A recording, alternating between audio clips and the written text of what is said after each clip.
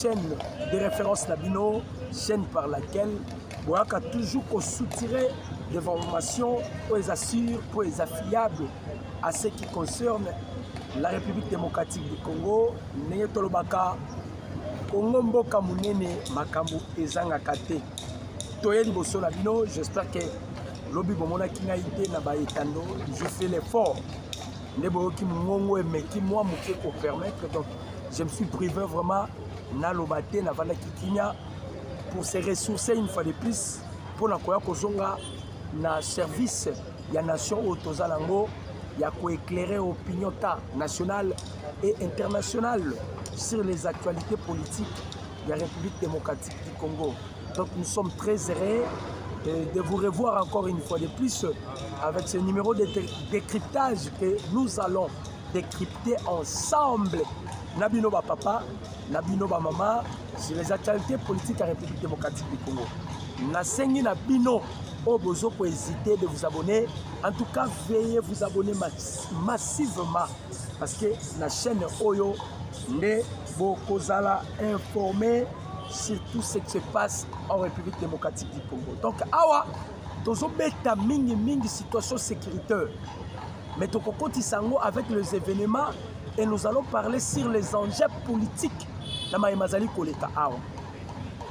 Oya yambo tozo senga gouvernement congolais. Bozo zelanini pona ko bengana ambassadeur français en République démocratique du Congo. C'est une question que je pose. Qu'est-ce que vous attendez pour chasser l'ambassadeur français en République démocratique du Congo? Bon, qui coup France na Belgique, d'ailleurs, vous voyez que la Belgique et la France, ils ont été déjà avertis par une prophétie de notre Kimbangu, qui fut aussi qui fait partie jadis. Alors qui na bango Belgique na France beaucoup la Congo na majimel kondo tenti sekedi wango. Alors qui na bango pour na ba double G. Yango to tout na gouvernement congolais. Qu'est-ce que vous attendez pour expulser l'ambassadeur français et pour quitter même OIF? Parce qu'avec la France, Bandeko Congolais, ils ont continué à multiplier, à amplifier ma cambo. La France, c'est sent déjà que Baza va perdre. Par rapport à la voix Oyo, Donald Trump a créé. Les Français ont dit que Baza perdre. Ils ont dit que miel ya Congo, Baza risqué qu'on soit yango. Qu'est-ce que la France a fait? La moussi dossier à Lumbala. Dossier Lumbala, on a besoin que ça nini. Pas français, pas tindaki batu. Parce que beaucoup de gens ont battu. Comme Emmanuel Macron, a été la bidon du solo. Il est allé dans l'occultisme. A Kenakiti, la Grande-Bretagne, Emmanuel Macron. A Kei Kaka, Bakota la Bakati ya Bababa, ma champ magnétique. Luka place Tshisekedi aza à côté les mains. Parce que Luki physiquement ils veulent maintenant procéder à la spiritualité. À la Grande-Bretagne, Luki Tshisekedi Moni. Et par là vous allez directement se souvenir na makambo Paula White, conseillère spirituelle de Donald Trump Alobaki, lorsqu'elle avait imposé la main. Je sens la présence de Dieu. Le coup la Macron Tamboli, ça ne marche pas. Va récupérer Roger Lumbala. Parce que et la Belgique et la France, deal entre la République démocratique du Congo et les États-Unis d'Amérique. Tolobakango met du fois et l'oko ezalaka combattu, c'est que l'oko malamu yango wana. Deal, ndezo pesa bango, opesi mwa boabo. Loko la bayebi ke loko wana ezo salama bientôt awa, bali ba créer loko. les Français qui sollicité aide pas à Jean-Pierre Bemba. Bayaki pour que Jean-Pierre Bemba a trahir le président Tshisekedi avant Babimisa dossier ya Roger Lumbala. Tant que ils sont allés vers Christian Chiwolo, ça n'a pas marché. Ils sont allés vers Franck Kitumba, ça n'a pas marché. Même dans mon Lili, c'est vraiment impossible de pénétrer Tshisekedi. Il faut créer maintenant quelque chose qui devait faire. Il faut contacter Jean-Pierre Bemba.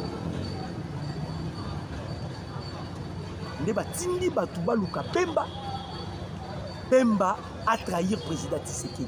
C'était ça le plan. Oh, bon, Moni Babimisi Makama Roger Lumbala. C'était ça le plan. Après leurs échecs, parce que Jean-Pierre Bemba Ebisi Bango, je ne peux pas trahir mon frère Félix-Antoine Tshisekedi Tshilombo. Non, on trahir. Tel là français au bande de Congolais. Bota là-bas français, la façon dont il se comporte. Emmanuel Macron, vous aimez vidéo, vous commentez, vous partagez balé. Pour awa na obi sabino bitumba eye makasi. Diplomatie. Para peboye donc eza blague té. Boyo ka ba français loko ba osala. Balobi boye. Île Maurice, Angola, Afrique du Sud et Gabon. Le président français Emmanuel Macron débute ce jeudi, une tournée africaine en 4 étapes, illustrant une réorientation de la diplomatie française après son retrait forcé du Sahel. Objectif, tourner définitivement la page des coups d'État au Mali, au Burkina Faso et au Niger qui ont acté le recul de l'influence de Paris en Afrique, sur fond de montée des sentiments, je m'excuse, sur fond de montée du sentiment anti-français et d'une concurrence accrue des acteurs russes et chinois. Contrainte et forcée, la diplomatie française se redirige désormais vers le pays africain anglophone et lusophone des États sans passif colonial avec Paris, dont les marchés intérieurs dynamiques représentent des opportunités non négligeables pour les entreprises françaises.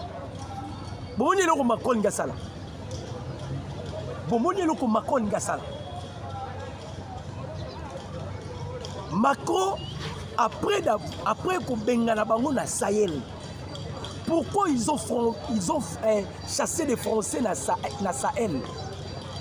À cause il y a Boko Haram, Djihadistes.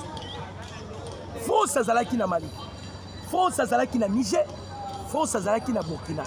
Na Mali, 10 ans, si c'est 5 ans, Mali a récupéré Kidal. Donc Mali a moni tir, il y a des Français, il y a des djihadistes, il y a Boko Haram. Ils ont décidé de chasser la France. Dans le Bengani France, Russie, n'est-ce pas s'il y a 2 mois, Mali a récupéré Sahel, et pardon, a récupéré Kidal. Et la Russie, c'est elle qui la Russie, c'est le pays qui contrôle le Sahel. Nebaris, Bisaki, Burkina, Mali, Niger, va créer AES, Alliance d'État à Sahel. Maintenant, Emmanuel Macron vit déjà Makambozo les Congo parce qu'ils ont essayé avec Jean-Pierre Bemba et Simbité à quel qu'on se recourir maintenant dans le pays Moussous Afrique. À Bébi Saki dans le pays Moussous Afrique.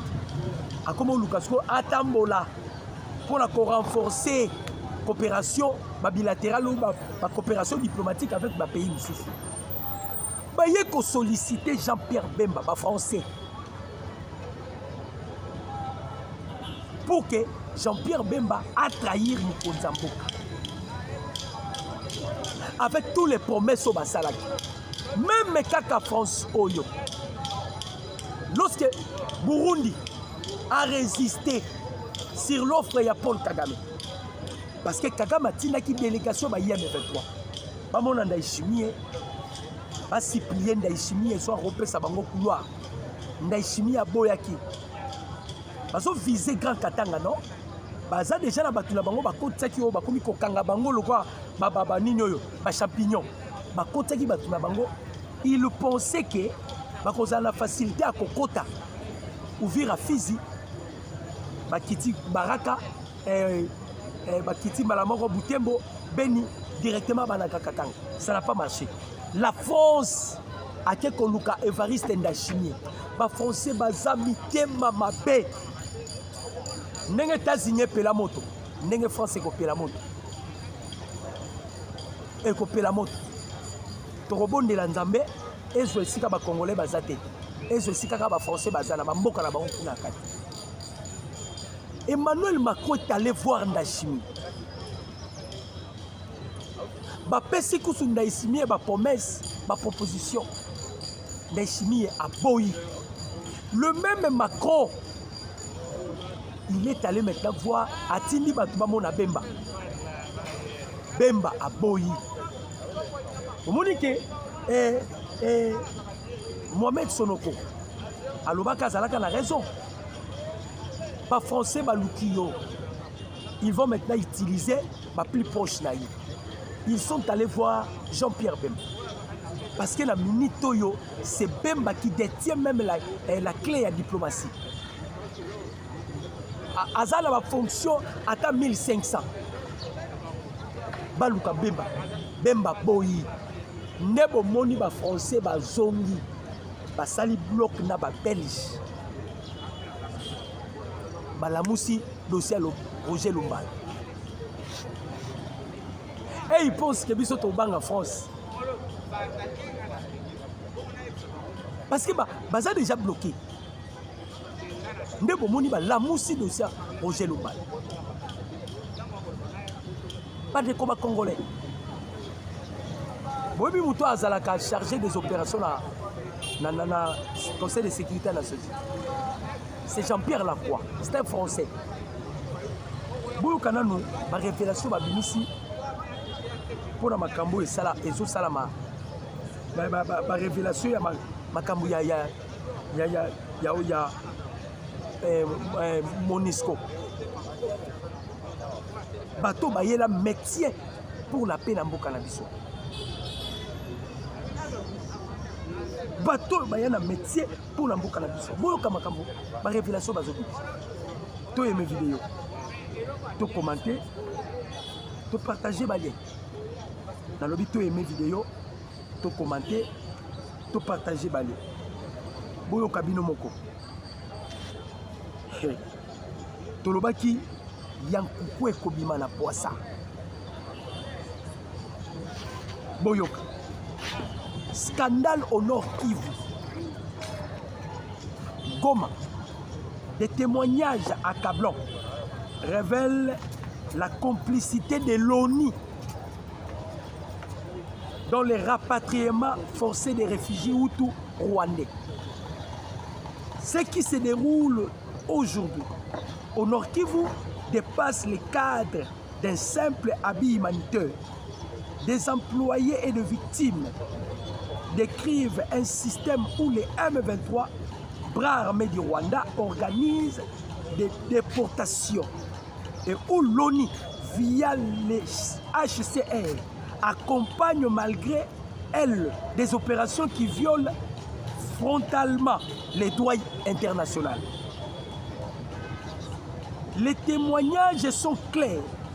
Des civils arrêtés en pleine nuit par les M23, entassés dans le bus, leurs papiers brûlés, puis dirigés vers un centre de transit opéré par l'ONU, avant d'être renvoyés de force au Rwanda en violation totale du droit international humanitaire.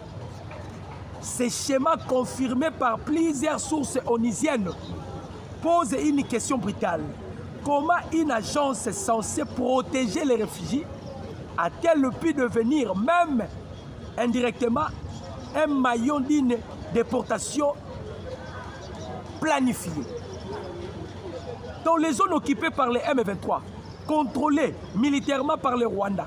Selon les experts de l'ONU, des milliers de personnes, pour la majorité des Hutus rwandophones, ont été déplacées ou fortement encouragées à signer des retours prétendument volontaires. Pour ceux qui ont refusé, le menace, le viol, les séparations familiales et les refoulements forcés ont été une réalité. Même au sein des Nations Unies, le malaise est revendiqué. Un cadre parle d'un scandale. Un autre reconnaît que le HCR a choisi d'être présent pour éviter que les gens disparaissent, tout en légitimant, malgré lui, une opération illégale. Les faits sont pourtant lipides. Sous occupation militaire, la déportation des civils est un crime de guerre. L'implication, même minimale, d'une agence onusienne dans un retour non volontaire, c'est une faute grave. Ces transferts se servent directement l'objectif du Rwanda et du M23. Modifier la démographie locale et consolider un contrôle illégal du territoire congolais. Bandeko, quelle hypocrisie avec le blanc! Quelle hypocrisie avec le blanc! Nalobi na bino Emmanuel Macron. Na ba Belge, ba noko ya bandoki. Kagame qui vous a chassé na Rwanda. C'est le même Kagame que vous continuez à chercher. Il y a qu'on combimise toujours pendant qu'il y a la difficulté. Donc pour aller plus loin, bandeko ba Congolais, notre indépendance et senga biso ba Congolais photo lamuka. Biso ba Congolais photo telema. Mundele azwa déjà mboka na biso. Surtout que plan ezala qui va balkaniser quelque chose qui n'a pas tenu. Ba komi ko luka ba formule nyos. Yango pe ba Congolais ba lobi non non. Biso pe to tika bango te. To ko tika bango te. Baso dénoncer bango te. Baso dénoncer bango. Aux États-Unis, il y a les opérations à expulser. Pourquoi?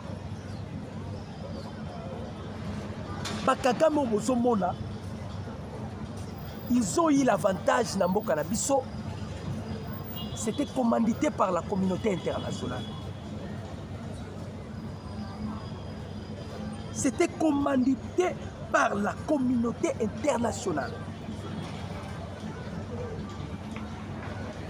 Même mise au beau, même mise.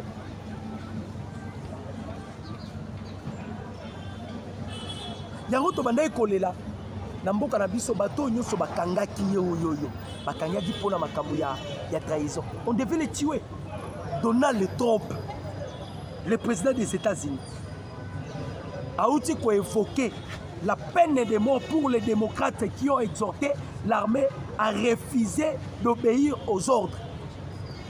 Donald Trump, il a fait. Mais c'était toujours la Belgique. C'était toujours la France. Les Français, les Belges, pour ça, les Zalaki, ils ont sollicité Bemba. Bemba contre la Gé la Bango. Bemba accompagné Bouzoba la Bango. Parce que les Luki, les Voignonso, ils ont simbaté. Ils financent la guerre à Est. Mais les globalistes, c'est l'Union européenne, ainsi que les démocrates. Ce sont des globalistes, non? Ils ont peur parce que comprendre que les Congolais, c'est ce qui est déjà facilité. Il y a des gens qui ont tambour il y a Jean-Pierre Bemba. On ne faut pas témoigner. Bemba a été acquitté la Cour pénale internationale. Cour pénale internationale. Acquitté. Beaucoup de la dossier Roger Luba. Non, le plan Zalaki, Bemba Falaki, Abeta Mukonzamboka, coup d'état. Ba français, ba Luki Bemba. Ba Toumapé. Oh non, faut ça la boye, faut ça la boye. Bemba Bin, je ne peux jamais trahir mon frère. Non, je ne peux jamais. C'est comme ça qu'il utilise les Congolais, ba français au Somola, ba Belge. Ba yela Rabi Sobongo, divisé pour mieux régner. Bolandi ba M23. Ba sali point de presse là-bas. Ba lingi ko ternir. Sans ya makambo ba uti ko signer la loi. Balobi, tous les groupes armés locaux et étrangers, y compris les Ouazalendo, seront neutralisés sur toute l'étendue de la République démocratique du Congo, selon l'accord cadre de Doha, annoncé les rebelles du M23 dans une conférence de presse tenue à Goma. Boyokali solo bande kuba congolais. Tant que le président Biden a qui na pouvoir, avant que Donald Trump aille pour succéder, Biden a imposé que le président Tshisekedi devait dialoguer avec Paul Kagame. Non, avec M23. Ayo Kapé quand même la revendication là-bas. Les chefs étaient catégoriques. Alors, tout le monde qui m'a dit administration Biden, les démocrates, qui Paul Kagame, qu'est-ce que nous devons faire pour jouer Goma Nasaki. Pendant qu'on a besoin de Goma, Paul Kagame a dit il faut fournir des moyens. L'administration Donald Joe Biden va finir si bon, va faire si Kagame. Bandeko Kagame bali. Kagame a dit qu'il a la résistance. Maintenant, les délais va faire ce qui Kagame est l'équipe. Ne va pas écouter sous Kagame. Mais papa, yo et ça qui dit que question topé si bon au Roselo pour des semaines. Vous savez quelle était la réponse de Paul Kagame? Kagame a dit ah, avec FRDC on pouvait atteindre notre objectif. Mais les Ouazalendo, ce sont des épines. Bon ça là est fort, bon neutraliser les Ouazalendo. Bangaba osé lokoana. Le président Tshisekedi ici a sauté en avant. Ah, c'est ça qui est déjà l'Assemblée nationale. Les Ouazalendo sont reconnus. La loi Yambo Kalabiso qui sont des réservistes. De la même manière, les États-Unis ont 1,5 million de soldats actifs. Ils ont 444 000 réservistes. Si vous allez dans la Russie, ils ont une affaire, il y a 250 000 réservistes. Bon, la Chine. Donc, notre gouvernement, ils ont reconnaître les Ouazalendo. Tu bloques parce que tu comprends que tu as une force négative. Bakotanga ka Ouazalendo parce que muto azotsa bango bandi likolo na est wana le roi Ouazalendo azati. Donc il voulait que ba retirer ba Ouazalendo, quelque chose que cela n'a pas tenu. Mais a Bolandi bananga bango baza force négative. Mais balobeli bango te. Bosoka balobi kaka tous les armées locaux et étrangers, y compris les Ouazalendo, seront neutralisés. Donc, c'est contraire, il y a ma combo, il faut ça, mais pas là-bas. Au lieu de s'informer les gens que Biloko Touti conseillé, ne va neutraliser Bisso. Bali va pervertir Yango. Bali va pervertir Yango.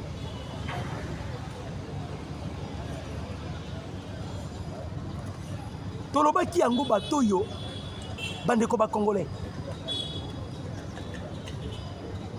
Batoyo, il faut force Yamakasi. Heureusement, Mukonzambo Kassi a ebisaka ba mindele. A ebisaka ba américain, la Fox News. A ebisaki bango, j'ai des options sur ma table. So bolingina solana Kagame. Non, je vais parler avec Kagame. Mais ce qui peut Kagame azo comprendre était, nous allons utiliser maintenant la force. Bisika otozo kenango. Ah, Nazo Sabino, il y a eu des affrontements graves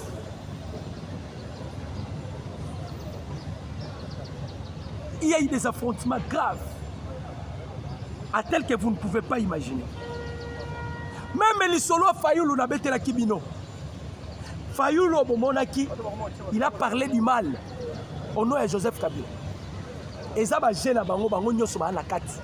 Je vous avais dit quel était le sens du discours de Fayoulou. Fayoulou travaille avec la Senko. Or, la Senko travaille avec Kigali. C'est que Fayoulou aussi travaille avec Kigali. Peuple congolais, bolanda discours te oyo Fayoulou a salaki. Mensonge sur mensonge. La présidente Tshisekedi, après conférence à Paris, avant d'aller à la diaspora, à Yebisi la diaspora, à lobby, bateau bazo senga to dialoguer, ils n'ont jamais condamné l'agression rwandaise. Ceux qui balingi na ndima dialogue na bango, ils devaient condamner l'agression rwandaise. C'est par là Fayoulou basango batindi balobi yo kende o condamné et boaka mbala moko mbela Tshisekedi a koti sa dialogue. Et ça va gêner bango. Nous avons la profonde douleur de vous annoncer un décès d'un général-major, John Baptiste Ngiri Yozanga. Dans le Bible, John Baptiste, le général-major John Baptiste Ngiri Yozanga, tombé dans une embuscade tactique tendue par les jeunes résistants patriotes de l'autodéfense Wazalendo. John Baptiste Ngiri Yozanga Oyo, cousin à Paul Kagame. Cousin à Paul Kagame. Ce monsieur ici, parmi il y a Lisu ya Kagame. Tolobaki yango nanga aza officier te. Nous on a besoin de chef d'opération. Nanga le moment sera venu au torobeta la bisoye. Mais on cherche un cerveau moteur. Ce général ici rwandais pris sous un feu nourri sur l'axe Bukavu-Miti. Alors qu'il se rendait à Kaleye, Yazokende na Kaleye pour inspecter les lignes avancées de RDF. Donc, Azalaki na mission. À Okende na Kaleye, il était accompagné na 2 jeeps. Bambila na kati. Azui voiture jeep na escorte ba memiye. Na lobi na bino destination Kaleye. Akutani na mbiskadi ya ba Wazalendo na axe Bukavu na Miti. Axe ya Bukavu na Miti. Ndakutani na mbiskadi ya ba Wazalendo. Ndeko renvoyé en enfer. Que son âme respire en désordre, que son âme repose dans les tourments. Bato basali biso boye, ba Wazalendo. Tant boyoki ba yeme veto ba olobo, il faut que les Wazalendo soient neutralisés. Bandeko, mais les héros sont des Wazalendo. Dans la neti mutoyo, aye na opération, akende ko expecter la ligne de front, la ligne de front, comment les RDF va avancer. Pendant que les États-Unis ont là, G7 ont là. Apparemment, on dirait que Kagame a Kamokilité. Pourquoi? Il a les soutiens. Il y a des démocrates, il a les soutiens. Il y a Emmanuel Macron, il a les soutiens. Il y a des Belges, il a les soutiens. Pandeko. Et ça somme.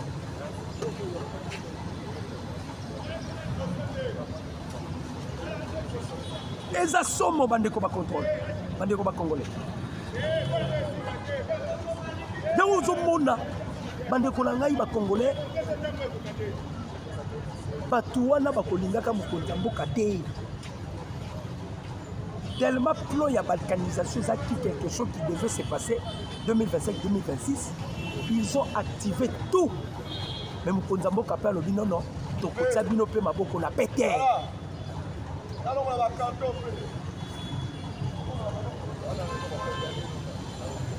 C'est pour là, à côté de la biscade à Wazalendo. Babomé tous les soldats naïe. Oh bah. Toute ta situation sécuritaire non, il y a Est et la République démocratique. Les Wazalendo appuyés par les FARDC ont repris le contrôle de la localité de Katoyi dans les territoires de Massissi. Les Alaki Lobby Nabutu, j'ai dit. Après de violents affrontements qui ont posé la coalition M23 RDF AFC. À travers la même occasion, les FARDC ont accusé cette coalition des agresseurs rwandais pour la violation du cessez-le-feu. Ah, bah, ils ont violé. Ils ont aucun côté. Lorsque tu combatis ça, va drone. Dans le toko bêta. Tango tokomatisa ba drone to beti balela munoko mboko awa ba olela te tango bazo violer ba cesser les feux ba olela te mais toyebisaki nanga okosambo. Les Wazalendo ont repris le contrôle de plusieurs localités dont Muravwa, Mugongo, Kanono et Gongwa. Tout dans les hauts plateaux, dans les hauts et moyens plateaux du territoire de Fizi, Mwenga et Ouvira. Ennemi sur terrain Pema. Ennemi sur terrain Pema. Bao kokate bazo kokobundate.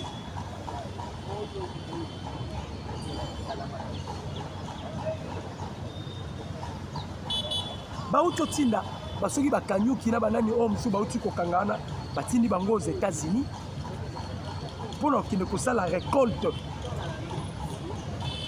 ya mbongo. Mbongo ezate mbongo ezate balobi boye. Les négociations menées aux États-Unis et à Doha entre la République démocratique du Congo et le Rwanda, le supplétif du Rwanda M23 AFC, plusieurs Congolais ayant choisi de servir le Rwanda commencent à exprimer des regrets. Ils se demandent pourquoi ils ont trahi leur pays au profit des ambitions rwandaises et s'inquiètent de leur sort lorsque bientôt les zones occupées par le Rwanda seront restituées aux institutions légitimes issues des élections. Parmi le premier à se montrer répandé figure Corneille Nangaa, déjà sous sanctions américaines et européennes. Akokende wapi? Akokende wapi?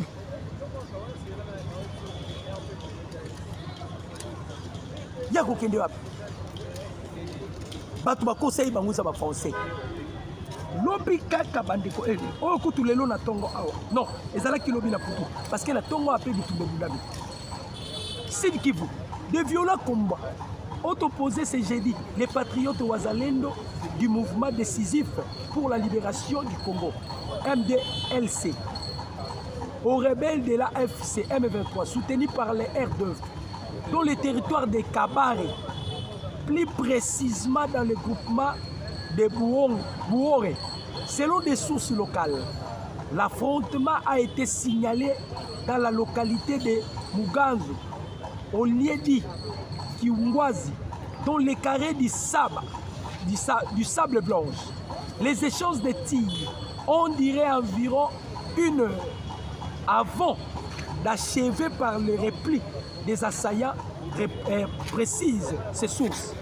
Du côté du M23, 8 combattants auraient trouvé la mort et plusieurs auraient été blessés.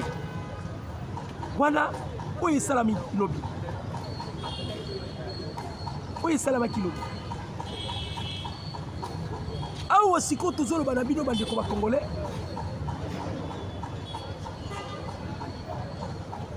toujours na Sud Kivu.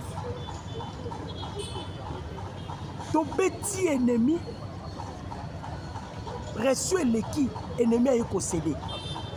Bamsou ba komitika. Bamsou ba kota na bazamba ba yebi bazamba te ba obunga. Tolobi ke to obunda sur tous les plans. To uti komona bandeko Émir ya Qatar. Altesse akendaki d'abord na Kigali. Rwanda yibaka. Mais Émir akenda à Kigali. Pourquoi il est allé à Kigali? Qu'est-ce qu'ils ont eu à parler avec Paul Kagame? Bandeko, Kope Sili. Kagame fallait qu'il présente des minéraux à Kigali. Mais Kagame a commis kolaksa Bangombe. Kagame Alexis Bangombe kuna.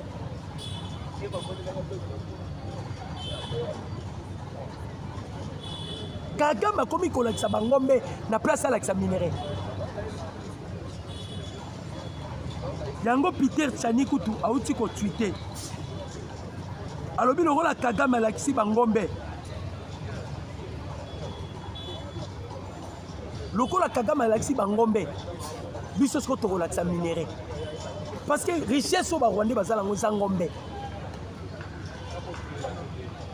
Nenga silisi na Kagame ndi azoya lelo awa. Bandeko eza bitumba. Nous allons faire voir au monde que tout ce que Kagame vous présente comme minéraux, Azaki Oyibango quelque part. Et là, comme on soit ma belge, et soit na président. Le président le plus maudit au monde, c'est Emmanuel Macron. Macron a le rôle, le petit frère de Satan. Mutema Yakindoki. Nyonso azosala na tourna azosala na Afrika. Objectif au ces années. Babengani na 3 pays ya Sahel là. Azotelengana. Il se sent déjà colonne. Ils ont déjà affaibli. Bon, se sentit déjà colonne les affaibli. Il commence à kobaluka. Moutake plus loin continue la délégation qui donna Nani Jean-Pierre Bemba a tourné les deux contre le président Tshisekedi. Loko la Bemba boy yango moni balamusi nini ya Roger Lumbala. Lumbala pas ebisi bon. Est-ce que vous avez cette compétence là de me juger? Na na mboka nanga boti na ke va na mboka nanga na zonga na mboka nanga ba juger ngako. Keto ba français. Keto. S'il kiffe toujours, les affrontements se poursuivent ce vendredi dans les hauts plateaux. Selon des sources locales, le rebelle du M23 AFC Twirwaneho, appuyé par les éléments Red Tabara, Zamba Bemba, ont mené de nouvelles attaques ce matin contre les localités de Kinyoke, Kimbwangoma et Kwasabine, situé sur les hauts plateaux du territoire de Fizi, au sud de Minembwe.